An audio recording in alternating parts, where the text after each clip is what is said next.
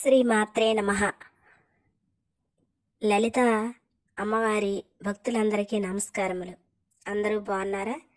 ప్రతిరోజు మీ ఇంట్లో లలితా సహస్రనామాలను ధ్వనించేలా చదువుతున్నారా లేదా వింటున్నారా? వీటిని కామెంట్ల రూపంలో నాకు తెలియచేయండి. మనం ఇది వరకు లలితా సహస్రనామాల్లో 28 శ్లోకాలు 28 వీడియోల్లో చెప్పుకున్నాం. ఇప్పుడు 29వ శ్లోకాన్ని 29వ వీడియోలో చెప్పుకుందాం.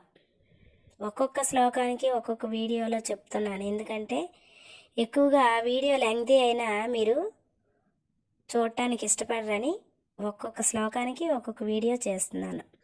అయితే ఇప్పుడు ఈ 29వ శ్లోకం ఏమిటంటే, భండపుత్ర వదోద్యుక్త బాల విక్రమనందిత మంత్రిణ్యంబ విరచిత విషంగవదతోషిత అనే శ్లోకం యొక్క అర్థాన్ని చెప్పుకుందాం.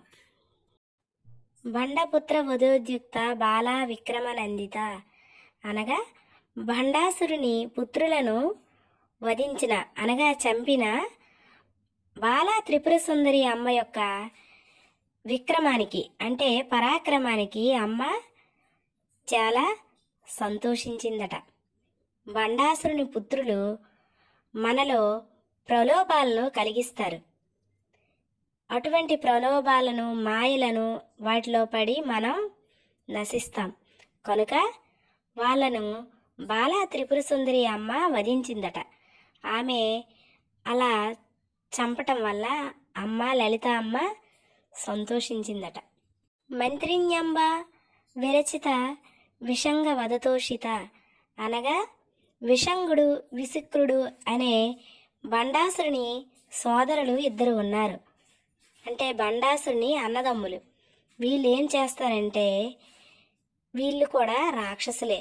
వీళ్ళు మనలో వికృత భావాలను కలిగిస్తారు. అలాగే విషయ లంపటం వైపు మళ్ళేటట్లు చేస్తారు. విషయాల మీద మనకి ఆసక్తి కలిగేలా, అలాగే మనలో వికృత భావాలు రెచ్చగొట్టేలా వీళ్ళు చేస్తారు. మరి అటువంటి వికృత భావాలతోని అలాగే విషయాల పట్ల మనము అనురక్తులమై ఉంటే ఇంకా అమ్మ పాదాలను మనం ఎప్పుడు పట్టుకుంటాం? ఇంకా ముక్తి మార్గాన్ని ఎప్పుడు అనుసరిస్తాం? మనం మోక్షప్రాప్తిని ఎప్పుడు పొందుతాం? అందుకనే నా భక్తులు ఇటువంటి తుచ్చమైన, ఇటువంటి నీచమైన, ఇటువంటి లౌకికపరమైన వీటిపైన వీళ్ళ దృష్టి మరలకూడదు. నా భక్తులు ఎప్పుడూ కూడా ఉన్నత స్థితిలో ఉండాలి. వాళ్ళు వైరాగ్య స్థితిలో ఉండాలి.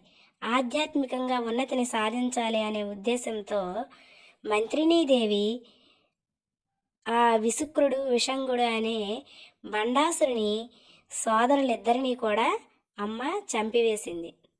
దానికి కూడా అమ్మ చాలా సంతోషం చెందుతూ నా భక్తుల్ని మంత్రిణీదేవి ఈ విధంగా ఆ భండాసురుని పుత్రుల నుంచి అలాగే భండాసురుని అన్నదమ్ముల నుంచి కూడా నా భక్తుల్ని నా శక్తిసేనులైన బాలా త్రిపుర సుందరి అమ్మ మంత్రిని అమ్మ కాపాడారని అమ్మ చాలా సంతోషం వ్యక్తం చేసిందట.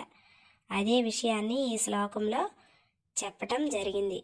శ్రీమాత్రే నమః.